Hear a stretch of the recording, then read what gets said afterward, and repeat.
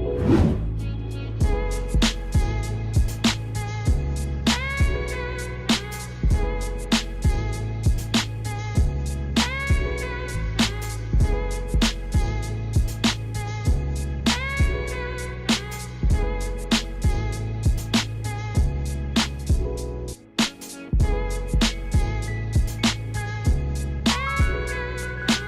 guys, Happy Gabba here, and we're back today in the Burrow 7 of course, and today we're gonna be talking a bit about sloped landings. So before we do that, this is a custom scenery that I'm in the progress of making, so it is not finished. That's why you're seeing this ortho photo over the water that looks really weird. It's because I haven't blended that yet, so don't worry, it shall of course be fixed. And I guess I'll let you guys know when this scenery is released, however I release it.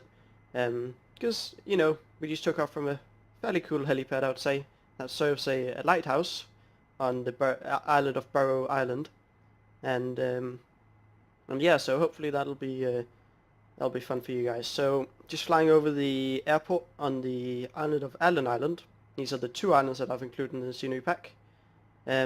But of course we're going to be talking about slope landings, so for that I've got a pretty cool spot down here, just off the end of the runway on the right by the coast. So we're going to have a look at that spot, see how we want to approach into it, because it has a good slope that should be good for showing off the slope landing. So just down here there's a road you might see going along. I mean, I kind of want to get in and land on that road.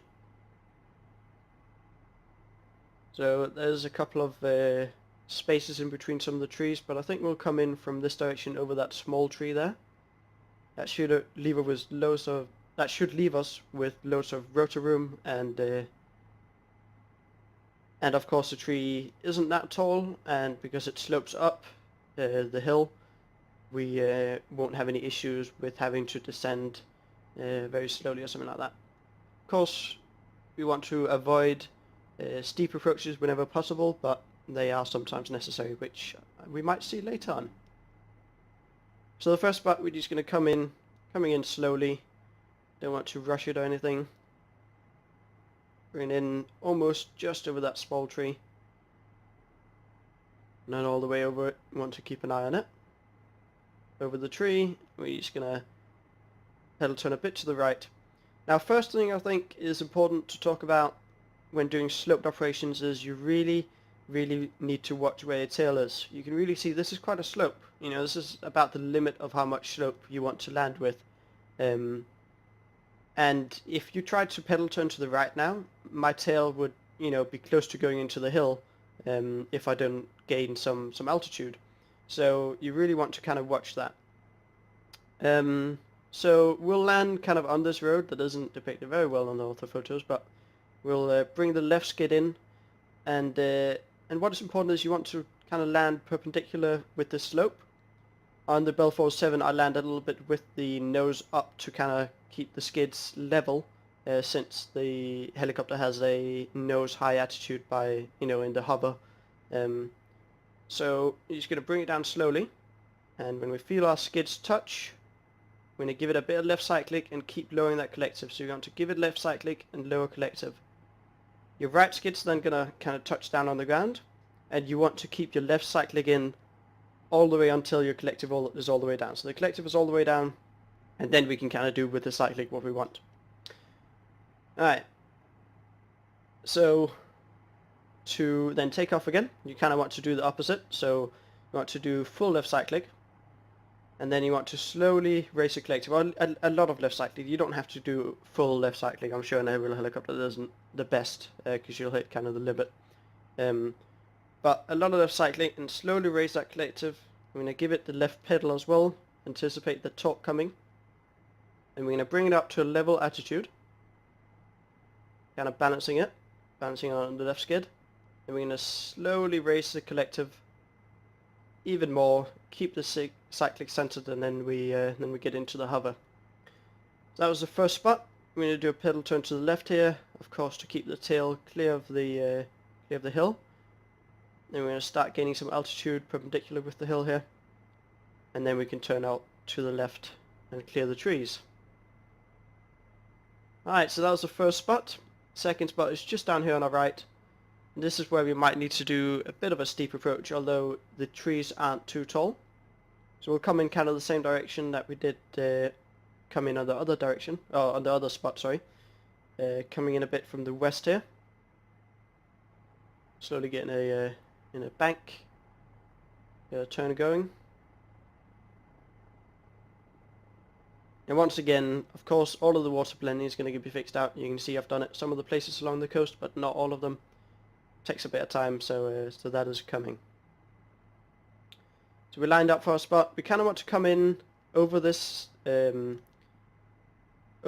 of hole in the tree line, but we don't want to go all the way down into it because I do not think our the clearance between those trees are good enough for our rotor blade. So we need to come in slowly, keep to the right, keep just left of these trees, and then we don't want to get our tail too close to them and don't want to get our main rotors too close to them. Okay, so we could do that fairly easily. Kind of have to think a little bit about descent rate now, but it's not too big of a deal. So again, this is quite a slope landing. It's something that you best demonstrate on a very slope landing. I'm going to nose the helicopter a little bit up the hill, not too much. You want to still land perpendicular. You want to touch the skids.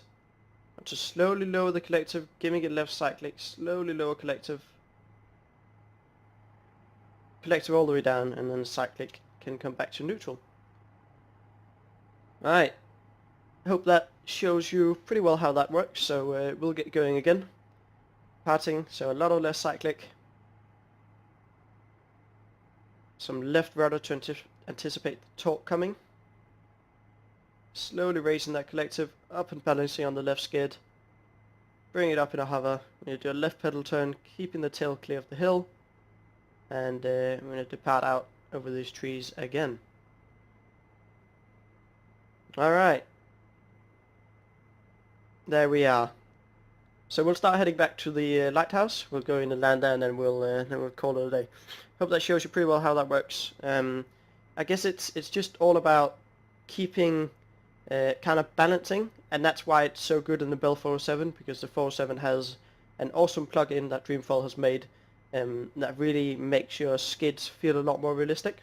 So they kind of act like skids should. They kind of stick to the ground instead of just slide along them, which makes it a lot better to do slope landings. But it still takes a bit of practice because you have to really kind of balance it with the collective and the cyclic. So yeah, that's pretty much it. And again, I'll let you guys know when the scenery is released, however I decide to release it.